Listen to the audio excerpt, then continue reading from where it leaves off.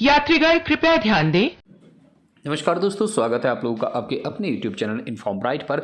एक बहुत ही शानदार मामला सामने आया है और इस मामले को सुनकर आप भी कई सारी चीज़ों से अवगत होंगे, जानेंगे अपने हक को कि किस तरह से रेलवे की एक गलती से पैसेंजर को मिले हैं 4,70,000 रुपये और क्यों मिले हैं, क्या रेलवे की गलती थी और आप अपने हक के लिए कैसे लड़ सकते हैं। ये सारी चीज़ें आप इस वीडियो में जानेंगे। चलिए शुरू करते हैं। सबसे पहले बात शुरू होती है 2007 से। 2007 में दिलीप कुमार चतुर्वेदी कटनी रेलवे स्टेशन से दुर्ग रेलवे स्टेशन के लिए ट्रेन के स्लीपर कोच में यात्रा कर रहे थे।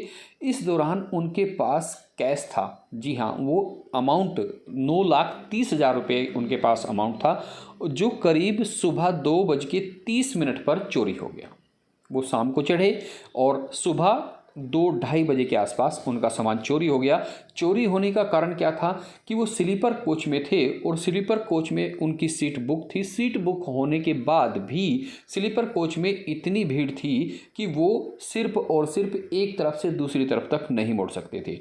4 लोगों ने उन्हें कवर किया और 5वां जन उनके बैग को काट के भाग गया।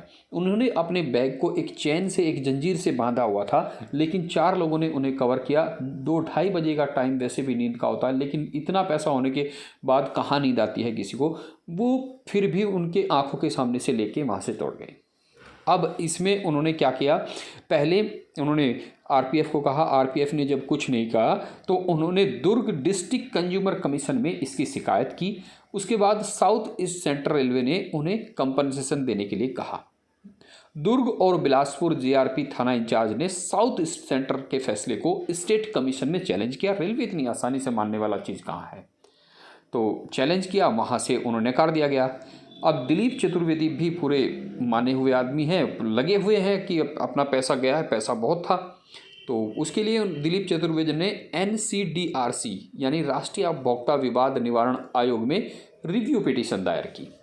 अब इस रिव्यू पिटीशन में क्या हुआ वो आपको बताते हैं, जिसमें उन्होंने बताया कि टीटीई की लापरवाही के चलते कोच में अनाधिकृत लोग घुसे और उन्होंने चोरी की घटना को अंजाम दिया। सामान चेन से बंधा हुआ था, उसकी सुरक्षा के लिए पूरी तैयारी थी, लेकिन टीटीई की लापरवाही से सामान चोरी हुआ। इसी वजह से रेलवे की एक्ट धारा 100 इस मामले में नहीं लगती। रेलवे ने अपने बचाव में ये कहा था कि रेलवे सिर्फ और सिर्फ उस सामान का जिम्मेदार होता है जिसे या तो बुक कराएं और उसकी रसीद लें, उस सामान का जिम्मेदार रेलवे है। दूसरा, या फिर रेलवे के किसी स्टाफ की गलती हो तब रेलवे देनदार बनता है। तो ऐसे में जहाँ पे जज बैठे हुए थे उन्होंने बताया कि ये गलती टीटी की है, ये गलती आरपीएफ की है, क्योंकि जब लोगों के पास टिकट नहीं है तो आप लोगों ने उन्हें स्लीपर कोच में, जो रिजर्वेशन कोच है, उसमें घुसने क्यों दिया, ये रेलवे की गलती है। इसलिए रेलवे को पैसा देना पड़ेगा।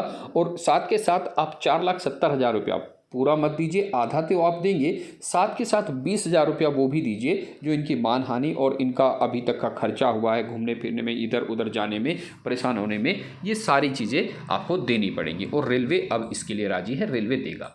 अब अगर कभी आपके साथ ऐसी चीज़ कोई दिक्कत हो जाती है तो आपको क्या करना है वो आपको बताते हैं। जब किसी यात्री का सामान ट्रेन में खो जाता है तो ऐसी स्थिति में यात्री को सबसे पहले ट्रेन के कंडक्टर, कोच अटेंडेंट, गार्ड या जीआरपी एस्कॉर्ट से कांटेक्ट करना है। किस से? ट्रेन के कोच कंडक्टर, टीटी हो, जीआरपी हो, गार्ड हो, इनसे आपको कांटेक्ट करना है। इसके बाद यात्री को एक शिकायत फॉर्म दिया जाता है, जिसे भरने के बाद जीआरपी थाने में भेज दिया जाता है। इसके 6 महीने बाद तक अगर आपका सामान नहीं मिलता तो आप उपभोक्ता फॉर्म में जाकर शिकायत कर सकते हैं। इसके बाद जितनी राशि का आपका सामान है रेलवे की ओर से आपको उतने रुपए का मुआवजा दिया जाएगा। ये प्रक्रिया है। अगर यहाँ से भी काम नहीं चलता तो आप कंज्यूमर कोर्ट में जा सकते हैं, और उसके बाद अगर नॉर्मल से काम नहीं चलता तो नेशनल में जा सकते हैं, जैसे कि यहाँ पे तिवारी जी ने किया था, चतुर्वेदी जी ने किया था। तो वीडियो में दी गई जानकारी अच्छी लगी है, वीडियो को आप लाइक, शेयर और चैनल को सब्सक्राइब कर सकते हैं। यहाँ पे दोनों चीज़ें हैं। अगर रेलवे अपनी तरफ से जोर लगाए तो उन लोगों के लिए दिक्कत है जिनके पास टिकट नहीं है, और जोर ना लगाए तो उन लोगों के लिए दिक्कत है जिनके पास टिकट है। नमस्कार।